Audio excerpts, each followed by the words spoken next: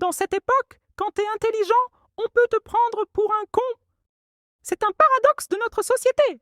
Plus tu réfléchis, plus tu analyses, plus tu prends du recul.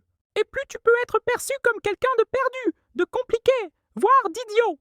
Comme si trop de nuances, trop de remise en question, trop de profondeur était un handicap dans un monde où tout va vite, où il faut avoir des réponses tranchées et des certitudes à la seconde.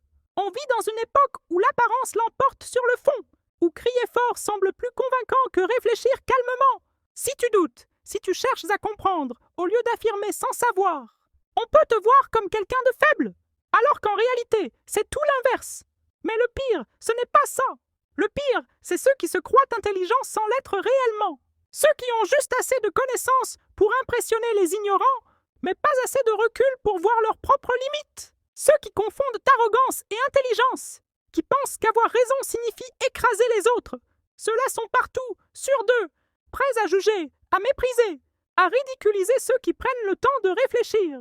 Et pourtant, être intelligent, ce n'est pas seulement accumuler du savoir ou balancer des vérités toutes faites.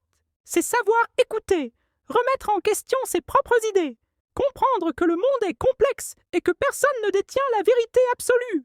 Alors oui, dans cette époque, être intelligent peut te faire passer pour un con. Mais à choisir, vaut-il mieux être sous-estimé en ayant compris le jeu, ou se croire au sommet en étant aveugle à sa propre ignorance?